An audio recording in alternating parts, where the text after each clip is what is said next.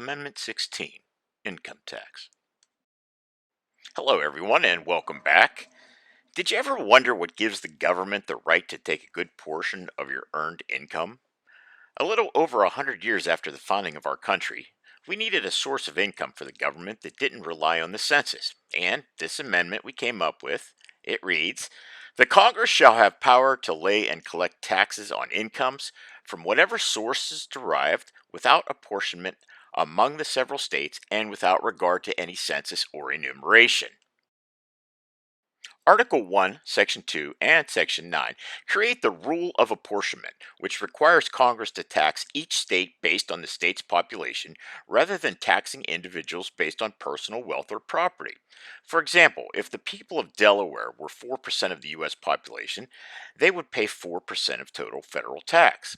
In 1895, in Pollock versus Farmers Loan and Trust Company, the Supreme Court declared that a federal income tax, which is a tax that is imposed on property owned by individuals, was unconstitutional because it violated this rule of apportionment. Although a direct income tax had previously been imposed during the Civil War, the court's ruling in Pollock spurred Congress to pass and send to the states Amendment 16.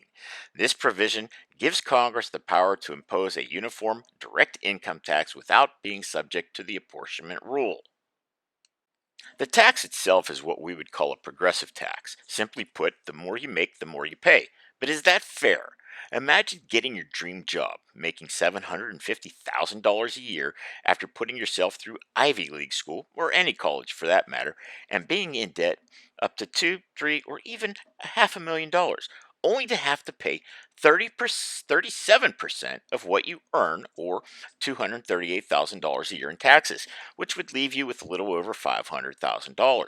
And that's before the state taxes kicked in. If we all used the same things such as police, fire, and military, why do we vary the cost from person to person? Do you think it should be one simple tax for everyone, or should the rich continue to pay more? To keep tabs on what you earn, the government requires that you complete a tax return every year by April 15th. This return keeps track of how much you earned versus what you will pay if you didn't have monies held back in each check. If you are really interested in our economics, I encourage you to take Mr. Giacobbe's econ class as a senior. Amendment 17, Election of Senators. This amendment would take federalism to another level.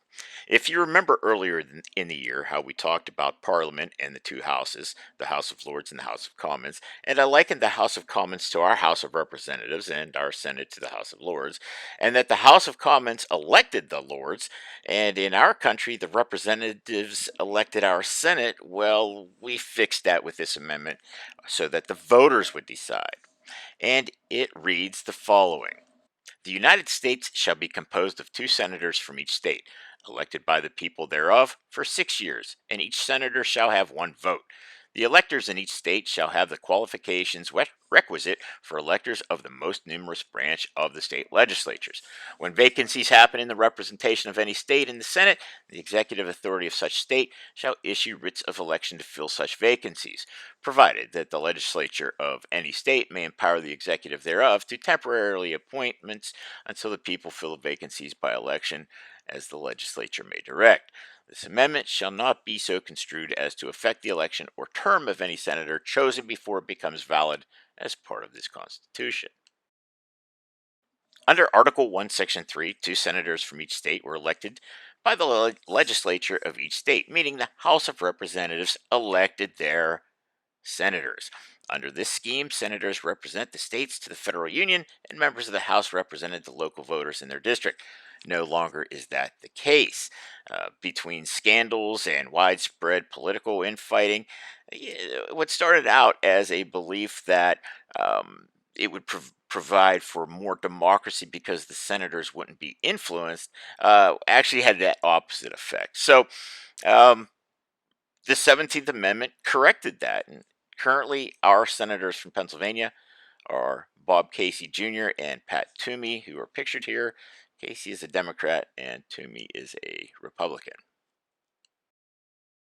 Amendment 18, Prohibition.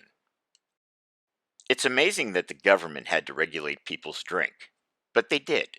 Of course, women's groups, religious groups, and even children fought for this amendment. Women believed that it created abusive husbands and fathers, and religious groups believed it led to immorality. I introduced the 18th Amendment, Prohibition of Alcohol, which states, Section 1. After 1 year from the ratification of this article, the manufacture, sale, or transportation of intoxicating liquors within, the importation thereof into, or the exportation thereof from the United States and all territory subject to the jurisdiction thereof for beverage purposes is hereby prohibited. Ratified on January 16, 1919, right after World War I, the 18th Amendment prohibited the making, transporting, and selling of alcoholic beverages. Adopted at the urging of the national temperance movement, proponents believed that the use of alcohol was reckless and destructive, and that prohibition would reduce crime and corruption, solve social problems, decrease the need for welfare in prisons, and improve the health of all Americans. During Prohibition, it is estimated that alcohol consumption and alcohol related deaths declined dramatically. But Prohibition had other more negative consequences. The amendment drove the lucrative alcohol business underground, giving rise to large and pervasive black markets. Speakeasies, or illegal bars, usually found in houses and clubs, and even posh hotels popped up everywhere. The first in our country for speakeasies was in McKeesport, Pennsylvania, which is a suburb of Pittsburgh.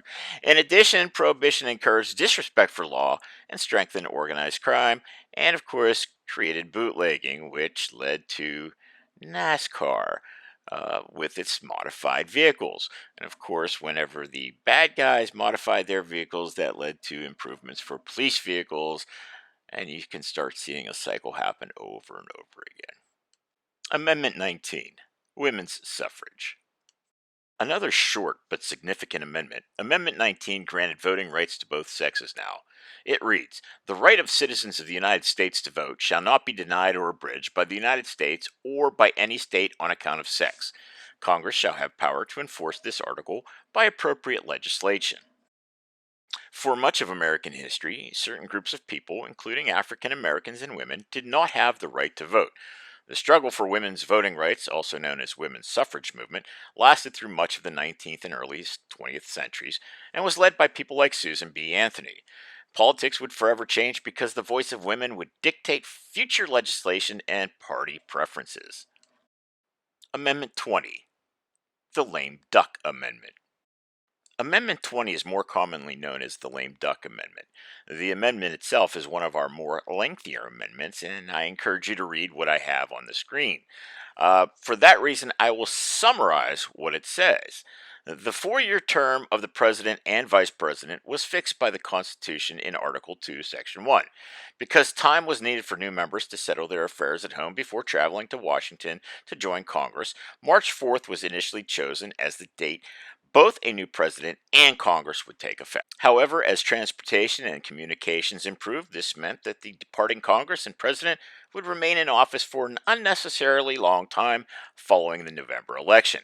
By moving the beginning of the president's new term from March 4th to January 20th, and in the case of Congress to January 3rd, proponents of the Amendment 20 hoped to put an end to the lame duck syndrome, where those who were not reelected had little power to push through their policies, while at the same time allowing for a speedier transition for the new administration and legislatures.